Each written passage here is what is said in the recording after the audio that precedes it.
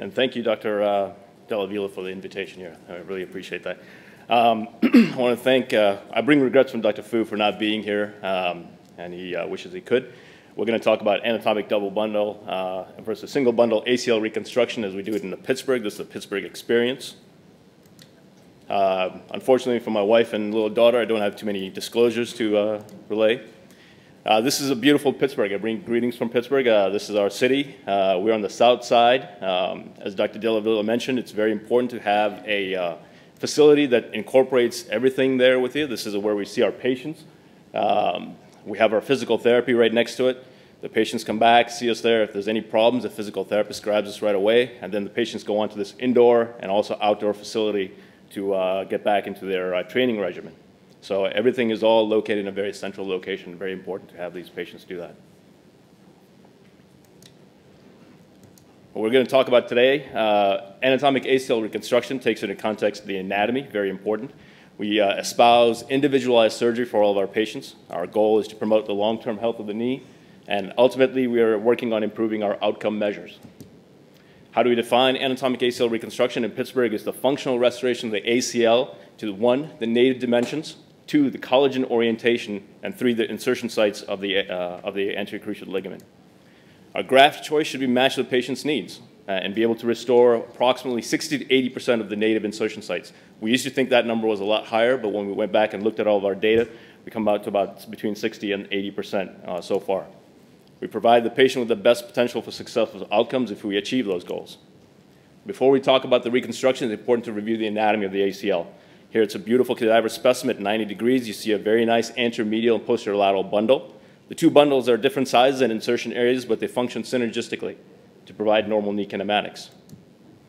The AM and PL bundles work synergistically. There's an old diagram by Dr. John Marshall in 1975 showing beautifully how at full extension both bundles are taut at 90 degrees. The PL bundle becomes loose. That's shown schematically on the right there. PL bundle is loose. And if you look at this cadaver specimen, two bundles very nicely at full extension.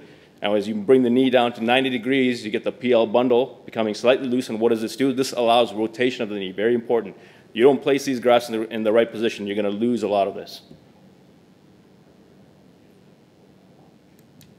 So the anatomy never changes. Why is it that we have changed anatomy in the last few years? What have we done in order to move away from anatomic reconstruction? Well, there's at least 3 things I can think about. One is this concept of graft isometry. We're not sure where that necessarily came from. It's to avoid graft failure and joint constraint. But the problem with putting the graft in the so-called isometric position resulted in putting it in the wrong position. This circle up at the top shows you where we put it normally, and where it normally belongs is where the native ACL is demonstrated down in the ellipse. Secondly, we came up with concepts using this kind of a tool back in the early 1990s. This is an over-the-top guide. Again, facilitated non-anatomic isometric graft placement. And third, we got a false sense of confidence of our results by using instruments like the KT1000. You could put the ACL in the middle of the knee and get a great KT result, however, not control any rotation. Those concepts together, again, I show you that figure from Dr. John Marshall in 1975. 30 years later, from the same institution, they lost track of where the normal ACL belongs. That's where it belongs, and look at the figure where they placed it. In Pittsburgh, when we get revision surgery for our patients, if we get a CT scan, this is a 3-dimensional CT scan, shows you a non-anatomic placement of the graft. You can see the tunnel at the very top, where the normal one belongs is shown in the bottom right. I'm sorry, on the bottom in red. The knee from posterior view shows a very non-anatomic vertical tunnel. And the radiograph is commensurate with that. You see a very vertical graft placement. The principle of reproducing anatomy has been neglected. What's the evolution of ACL surgery? This is a lot of Dr. Fu's experience at Pittsburgh. In the 1980s, we did a great job of placing the anatomic location. This is open surgery. We could see it very well, and we placed it exactly where we wanted it to be. 1990s, with the advent of arthroscopic ACL surgery, we tend to do a transtibial quick surgery, and you see the ACL placed in a very high transtibial tunnel, non-anatomic. Our early experience with double bundle in the 2000s, same thing, not the best anatomic reproduction there. Only in the last 5 years have we really started to appreciate the true placement of these graft tunnels, and our anatomic single and double bundle has taken that into account. There's some concepts I want you to discuss here with you today. We need to recognize the relationship between the ACL and the bony morphology. What does this mean? If you look at the tibial insertion site anatomy, Here's the native tibial insertion sites. The anterior, medial, and posterior lateral bundles are shown very nicely there. You compare them to a three-dimensional CT scan, and intraoperatively we use these images, not the CT obviously, but we know where we have the medial spine, the lateral spine, and where the posterior aspect anterior horn lateral meniscus is located. We use those landmarks, but we also use the landmarks of the intact stump of the ACL to see where the graft really belongs.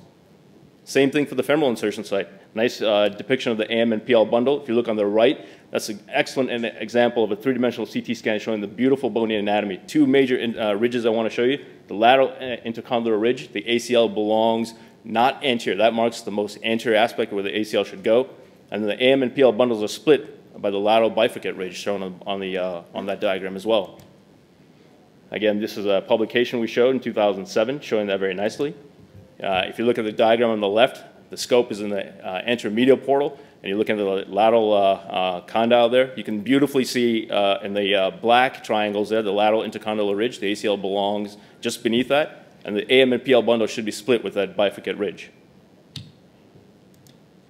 Concepts, how much of the ACL do we need to restore? As I mentioned before, we're looking at about 60 to 80%. If we looked at measure the ACL tibial insertion site and length in both MRI as well as arthroscopy, majority of us fall between the 14 to 18 millimeters.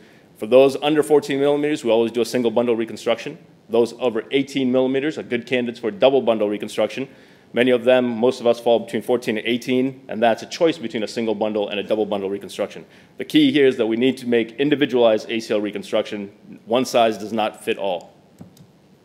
Here's a good example of that, tibial insertion site, shown here by MRI. If you look at the vast variation you have from anywhere from 14 millimeters to 20, and our arthroscopic intraoperative measurements are very consistent with what we measure on the MRI. Majority of us fall in the 17 millimeter range. How do we, I'll spare you all the math, but if you look at the insertion site and a native ACL, the area under the graft there shown 127 millimeters. If we reconstructed double bundle, we achieve about 87 millimeters. If you take the total reconstructed area, we have about 70% of the area that we've reconstructed. That is good, that's optimal for us. So let's look at a real life example. Here's a patient who had an ACL tear, has a 13 millimeter tibial insertion site, measured both MRI as well as arthroscopically. If you did a single bundle reconstruction using a 10 millimeter tunnel, you'd achieve 60 to 80%. That's good, that's optimal for this patient. On the other hand, a patient with a big insertion site, 20 millimeters, you do a 10 millimeter tunnel, you missed the boat there. You've hit the mark at about 50% there, not good. That patient would be much better suited for double bundle reconstruction in our mind. So this is a 21 millimeter.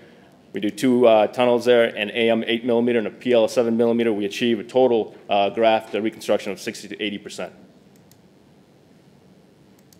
Similarly for the femoral reconstructed area, we take the area of the lips over the aperture over the native insertion. We're looking for about 80% reconstruction. If you look at real life examples, here's a patient.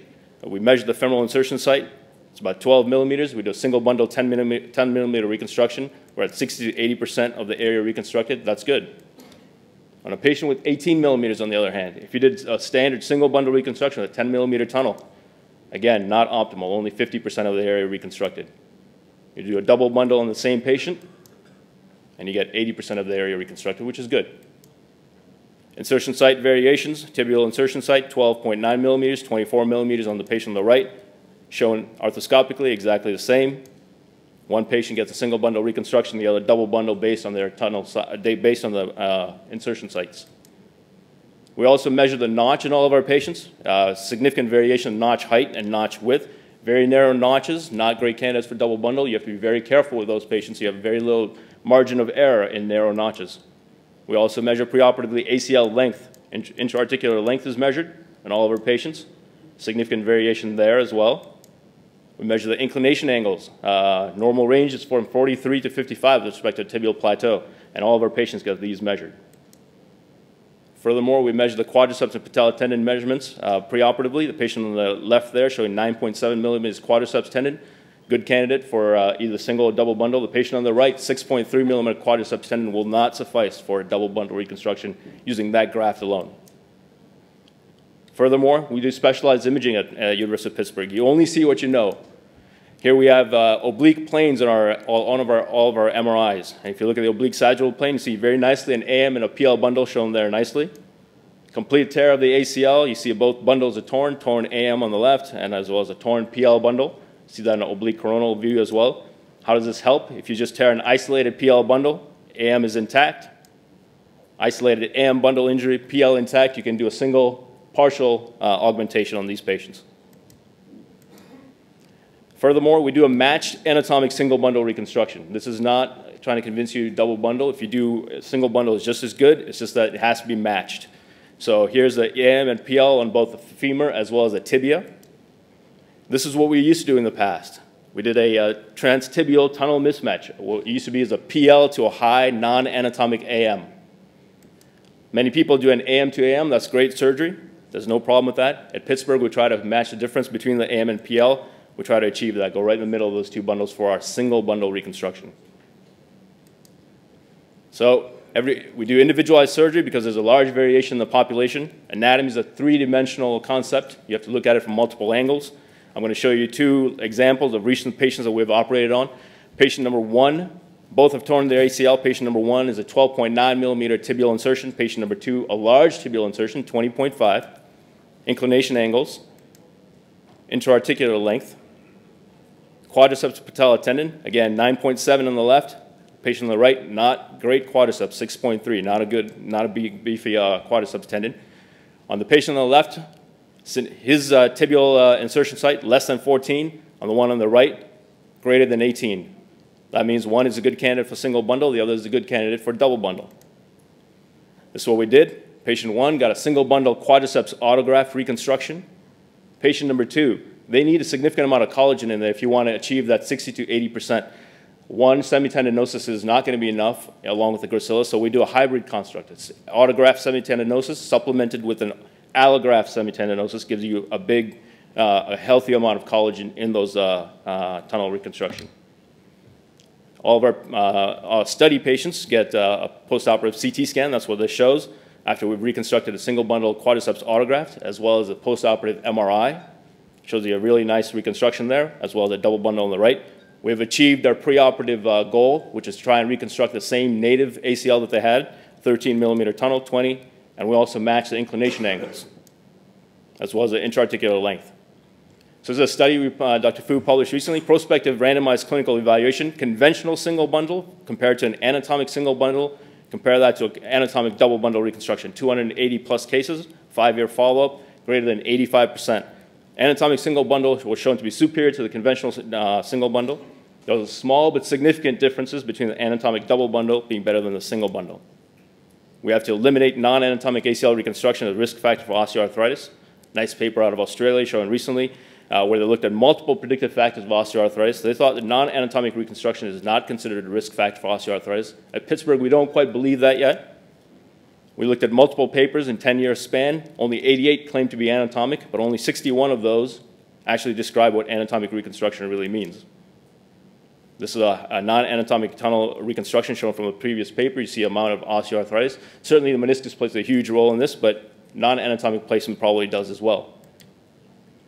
What do we try to do? Transtibial ACL reconstruction fails to accurately place the femoral and tibial tunnels within the native ACL insertion sites. And we're trying to help surgeons get better at this, trying to place in the correct location, and we're trying to provide intraoperative aids in order to do that better. We need to strive for better outcome evaluation. How do we measure success? This is a recent survey done of 215 orthopedic surgeons. We're leaning more towards the subjective measurements. The patient feels stable, they're satisfied. We need more to go towards the more objective things such as long-term follow-up and better measures of our outcomes. That's how we do it, and this is what we do in Pittsburgh. This is the objective outcome.